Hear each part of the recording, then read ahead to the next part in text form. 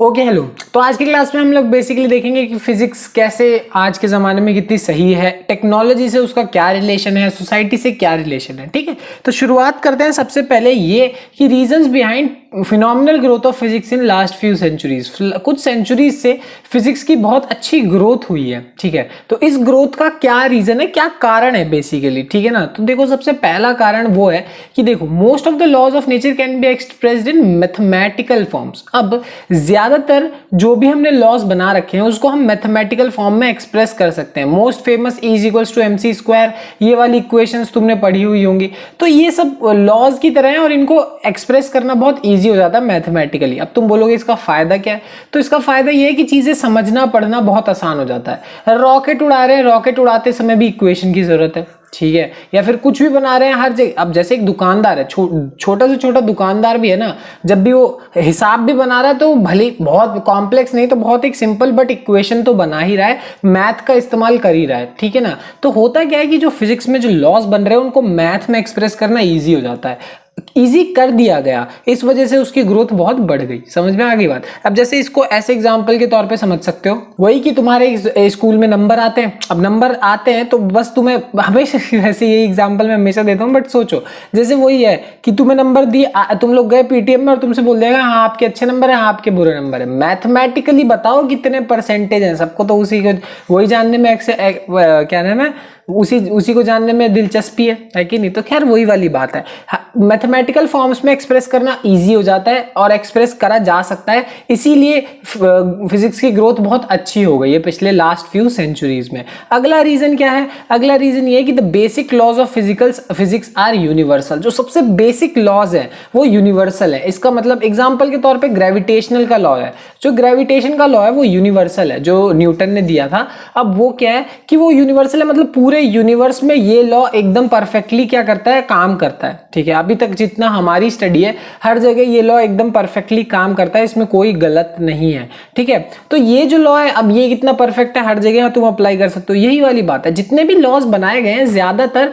हर जगह अप्लाई किए जा सकते हैं। तो एक लॉ बन गया, उसको मल्टीपल जगह यूज कर सकते हैं और उससे फायदा ही फायदा। ठीक है, अगली चीज क्या है, the same laws can be applied in widely different domains and condition. और ये जो लॉज है वो अलग अलग कंडीशन, अलग अलग डोमेन्स में अपने सिचुएशन के हिसाब से लगाया जा सकता है। ठीक है, थर्ड और आखिरी बात वही है कि because of the ability of scientist to separate the important and essential features. अब वो क्या कर सकते हैं, बहुत ही इजीली इंपॉर्टेंट और इसेंशियल चीजों को हटा के अलग कर सकते हैं लेस इंपॉर्टेंट चीजों से, उनको सेपरेट करा जा सकता है। आसानी से सेपरेट कर लेंगे तो इससे होगा क्या कि जो कॉम्प्लेक्स वाली चीजें हैं उसको पढ़ना आसान होगा। जैसे मैंने तुम्हें बताया था स्ट्रिंग थ्योरी, अब स्ट्रिंग थ्योरी इतनी बड़ी ही है, अब उसमें से उतना बड़ा पढ़ने से अच्छा छोटा सा पार्ट पढ़ लो, फिर ये छोटा पार्ट पढ़ लो। ऐसे छोटे छोटे पार्ट पढ़ने से होगा क्या कि सारे पढ़ने के बाद फाइनली तुम इसको पढ़ोगे तो तुम्हें बहुत ही आसानी होगी। कॉम्प्लेक्स चीजों को पढ़ना बहुत इजी हो गया। तो अब हमारा नेक्स्ट टॉपिक है physics in relation to other sciences. दूसरे साइंस से जो फिजिक्स का रिलेशन है वो कैसा है। ठीक है,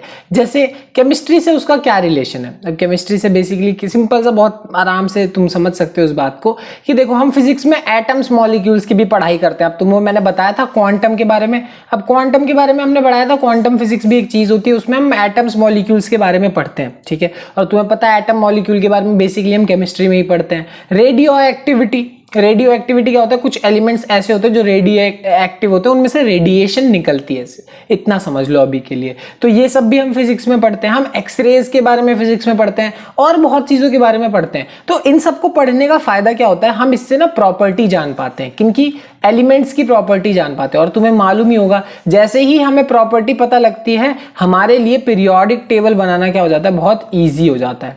तो कहने का मतलब है कहीं ना कहीं पीरियोडिक टेबल को बनाने में भी फिजिक्स का बहुत बड़ा रोल है, क्योंकि हमने प्रॉपर्टीज बहुत आसान, हमारे लिए प्रॉपर्टीज को पढ़ना बहुत इजी हो गया। जब हम लोगों ने ये सारी की सारी प्रॉपर्टीज पढ़ी तो फिर हमें ये टेबल बनानी बहुत इजी हो गई। फिजिक्स का मैथमेटिक्स से रिलेशन, ये तो कोई बहुत वो कहने वाली बात नहीं है। और वैसे अगर तुम लोग को ऐसा लग रहा हो तो मैं तुम्हें बता दूं, अब फिजिक्स के 2 साल में 11th में और 12th में तुम लोग फिजिक्स कम और मैथ ज्यादा पढ़ोगे। यानी अगर जो लोग सोच के, जिन लोगों ने फिजिक्स केमिस्ट्री बायोलॉजी लिए ये सोच के कि उनकी मैथ्स थोड़ी कमजोर है, ऐसा मत करना कि मैथ पढ़ना ही छोड़ दो। क्यों? क्योंकि फिजिक्स का 30% 30 या 40% मैथ ही है, ठीक है ना। तो मैथ तुम्हें जानना जरूरी है, इतनी इक्वेशंस हैं, इतने फॉर्मूले तुम्हें पढ़ना ही पड़ेगा थोड़ा बहुत, तो इसीलिए थोड़ी बहुत मैथ आनी चाहिए।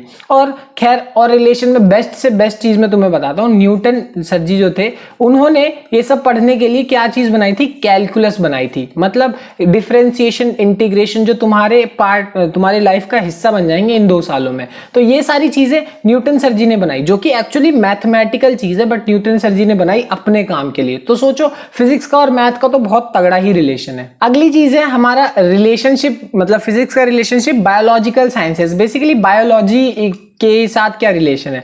तो इसका बेस्ट से बेस्ट एग्जांपल तुम्हारा माइक्रोस्कोप है। अब माइक्रोस्कोप डिफरेंट डिफरेंट टाइप्स के आते हैं। अब माइक्रोस्कोप पूरा का पूरा अगर मतलब माइक्रोस्कोप का यूज करके सेल्स को पढ़ा जाता है, अलग अलग चीजों को पढ़ा जाता है, वो बायोलॉजी के अंदर है। बट माइक्रोस्कोप को बनाना तो फिजिक्स है। क्यों फिजिक्स है? क्योंकि ये बन किससे लाया है, लेंस से मिलके बन रहा है। और लेंस मैंने तुम्हें बताया था किसकी स्टडी होती है, ऑप्टिक्स के अंदर स्टडी करते हैं हम लोग। तो कहीं ना कहीं ये जो क्या नाम है, फिजिक्स का और बायोलॉजी का भी अपने आप में बहुत रिलेशन है। मतलब बायोलॉजी को फिजिक्स की कहीं ना कहीं बहुत ज्यादा नीड है, ठीक है।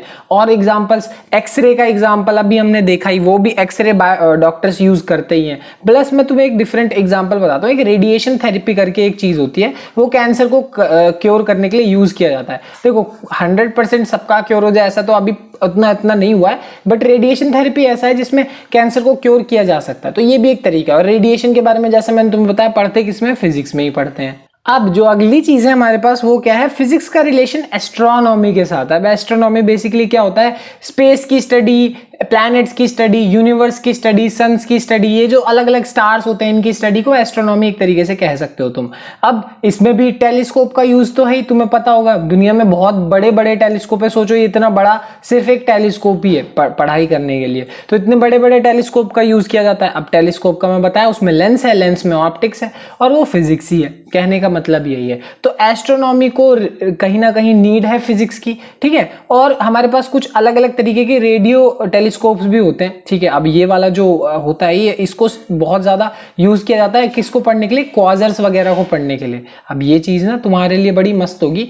एक्चुअल में ये थोड़ी सी डिफरेंट चीज होती है, काफी चमकदार चीज होती है। बेसिकली कहने का मतलब है कि ये, अगर मैं तुम्हें इंटरेस्टिंग फैक्ट बताऊं तो ये हमारे सन से मिलियंस ऑफ बिलियंस टाइम्स क्या होता है, हैवी होता है, उससे ज्यादा बड़ा तो नहीं, बट इतना समझ लो उससे हैवी हो सकता है बहुत ज्यादा। तो ये एक डिफरेंट चीज है स्पेस के अंदर, इसके बारे में डिटेल में मत जानो, बट इतना समझ लो इसकी स्टडी के लिए भी हमारे पास टेलीस्कोप है, जिसको हम क्या बोलेंगे, रेडियो टेलीस्कोप्स बोलते हैं, ठीक है ना। अब ये वाली चीज है। और सबसे बड़ी बात, हमें बिग बैंग थ्योरी के बारे में पढ़ने के लिए आसानी होती है। इसका मतलब बिग बैंग थ्योरी बेसिकली क्या है, ये है थ्योरी इस चीज की कि कैसे दुनिया शुरू हुई, कैसे यूनिवर्स शुरू हुआ, ये सारी की सारी चीजें।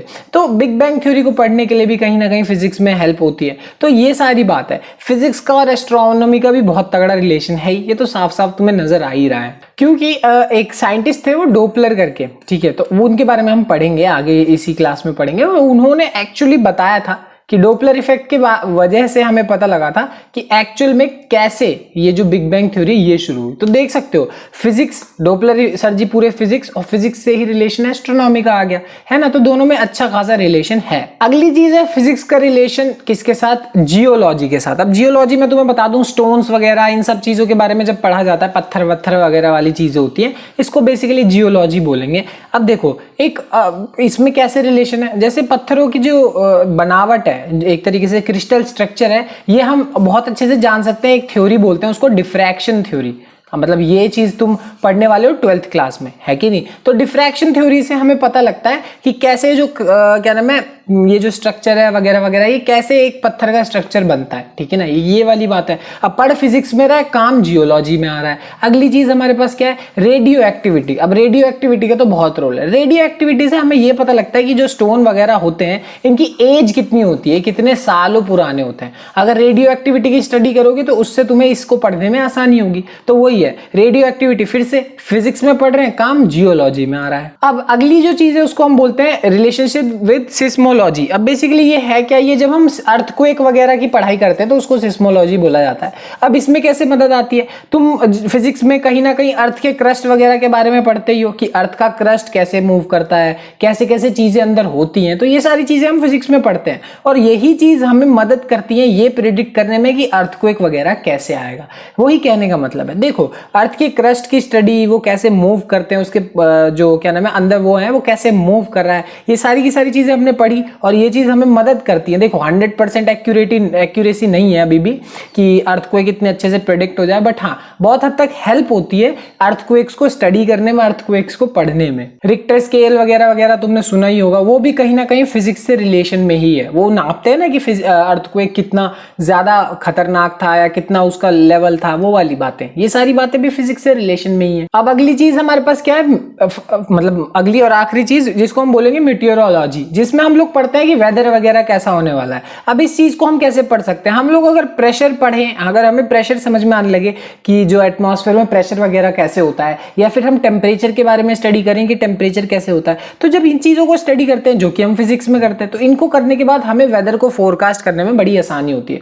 तुमने न्यूज में सुना होगा कि यहाँ से एक हवा आने वाली है, यहाँ से एक ठंडी श्वेत ऋतु, या फिर ऐसे ऐसे हवा चली इस वजह से ठंड ज्यादा है, लू चली इसलिए गर्मी ज्यादा, ऐसे समझते हैं। तो वो वही होता है कि हवा का प्रेशर, हवा का एक तरीके से टेम्परेचर कैसे चेंज हो रहा है, ये सारी चीजें फिजिक्स में पढ़ते हैं और हेल्प करता है हमें क्या करने में, वेदर को फोरकास्ट करने में, वेदर को समझने में कि ऐसे कैसे टेम्परेचर या फिर वेदर वगैरह चेंज हो रहा है, ठीक है ना। तो नेक्स्ट चीज है हमारे पास फिजिक्स का रिलेशन सोसाइटी के साथ, और साथ के साथ इसी को हम लिंक कर देंगे टेक्नोलॉजी के साथ भी। लाइक पुराने जमाने में टेलीग्राफ हुआ करते थे, टेलीग्राफ तुम्हें नहीं पता कोई दिक्कत वाली बात नहीं है, बट ये तो पता होगा टेलीफोन्स हुआ करते थे पुराने जमाने में, जब पहली बार बना एक तरीके से ऐसे समझ लो, या फिर रेडियो बना, ठीक है, रेडियो बना या फिर टेलीविजन बना। अब इन सब का आज कितना ज्यादा नीड, कितनी ज्यादा जरूरत है, सोचो टेलीफोन नहीं होगा तो क्या ही होगा। तो कहने का मतलब ये है कि पुराने जमाने से ही फिजिक्स है और उसका आज भी यूज है और उसकी आज भी जरूरत है, और आज बहुत ज्यादा जरूरत है। नए जमाने में भी सैटेलाइट होते हैं, ठीक है, या फिर इतने अलग अलग टाइप की एनर्जी होती है। सोचो जैसे कि ये हमारे पास ये है ना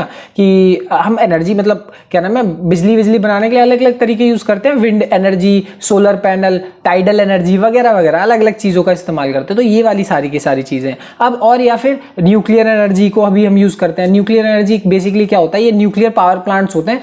न्यूक्लियर एनर्जी ना एक, इसके बारे में आगे डिस्कस करेंगे हम लोग अगली वीडियो में, तो बट इतना समझ लो बहुत ज्यादा एनर्जी निकलती है इसमें से, ठीक है ना। तो बट इतना समझ लो, कहने का मतलब है पुराने जमाने में भी और नए जमाने में भी हमें फिजिक्स की पहले भी नीड थी, अभी भी नीड है। तो एक तरीके से सोसाइटी को फिजिक्स की बहुत ज्यादा नीड है, और साथ के साथ टेक्नोलॉजी को भी इसकी नीड है। अब ये सारी की सारी टेक्नोलॉजी ही तो है, और है क्या, तो हमें फिजिक्स की मदद चाहिए, हमें सोसाइटी को भी अपलिफ्ट करने के लिए, टेक्नोलॉजी को भी अपलिफ्ट करने के लिए। तो यही वाली बात है। खैर ये बात तो तुम्हारे लिए कुछ नई नहीं है, पता ही है तुम लोग को कि इस चीज की तो जरूरत है ही है, जितना अपलिफ्ट हमें होना है तो जरूरत तो है ही, ठीक है। तो ये सारी बातें फिजिक्स को लेकर बेसिक बातें थी। खैर तो ये चैप्टर मैंने जैसे बताया फिजिकल वर्ल्ड है, बिल्कुल बेसिक बारे में ही बात करेंगे।